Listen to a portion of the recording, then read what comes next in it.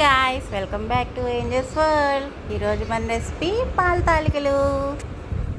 దానికి కావాల్సిన పదార్థాలు: పాలు, బియ్యపిండి, సగ్గుబియ్యం, బెల్లం, జీడిపప్పు, యాలకులు, కొద్దిగా నెయ్యి.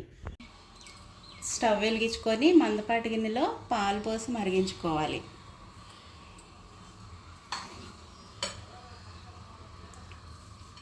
పాలు కాగినాక నానబెట్టుకోవాల్సిన సగ్గుబియ్యం, ఈ సగ్గుబియ్యం 3-4 గంటలు నానబెట్టుకోవాలి. అప్పుడు మనకి ఈజీగా ఉడుకుతుంది.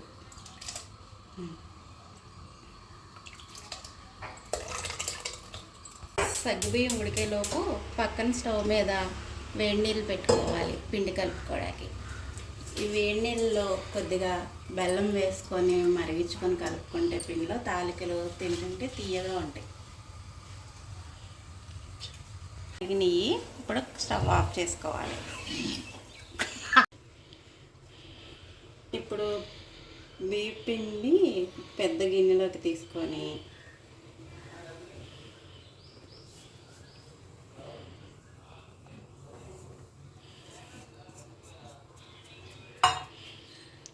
ఈ మనం బెల్లం వేసుకొని మరిగించుకున్న నీటిని ఈ పిండిలో వేసి కలుపుకోవాలి. చలివిడి ముద్దలా కలుపుకోవాలి.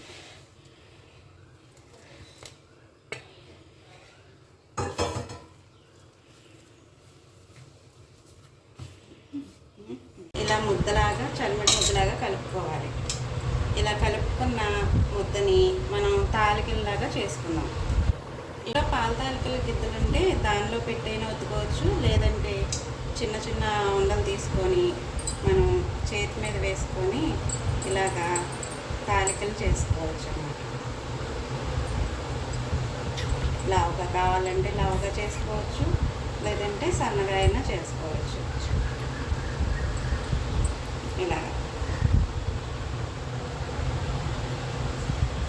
ఇలా రెడీ చేసుకున్న పాల తాలికలను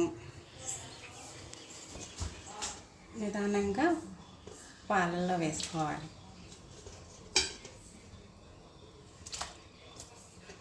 దీన్ని వెంటనే కదపకుండా మూత పెట్టేసుకోవాలి. 2 నిమిషాలు ఆగి ఒకసారి తిప్పుకోవాలి. ఒకసారి తిప్పుకుందాం.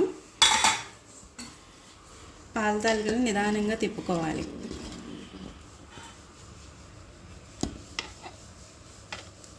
ఇప్పుడు ఇవి ఉడకటానికి 10 to 15 minutes పడుతుంది. మూత పెట్టేసుకుందాం. ఇప్పుడు ఒకసారి చూసుకుందాం.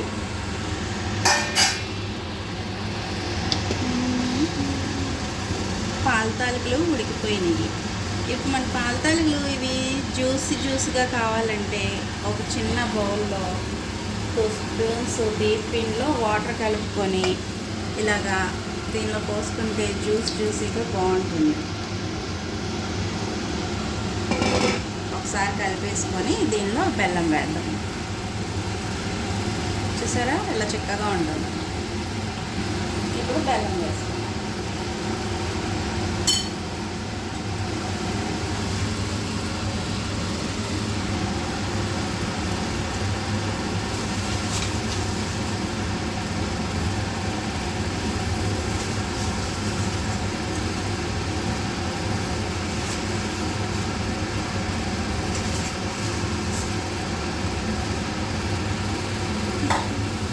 వేసి నిదానంగా ఒకసారి కలుపుకోవాలి.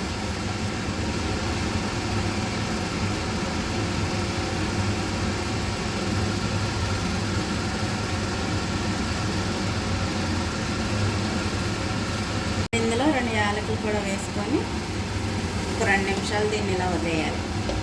బెల్లం కరిగినాక దించేసుకుంటే పాల తాలికలు రెడీ అయిపోయినట్టే. పాల తాలికలు రెడీ అయిపోయింది. స్టవ్ ఆఫ్ చేసుకొని ఒక బౌల్లో తీసుకుందాం. వేయించుకున్న జీడిపప్పులు వేసుకొని ఇష్టమైతే దీని పాల తాలికల్ని ముద్దపప్పుతో కూడా తినచ్చు.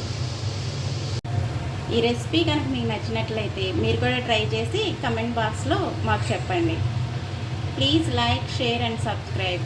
పక్కనే ఉన్న గంట కొట్టడం మర్చిపోకండి.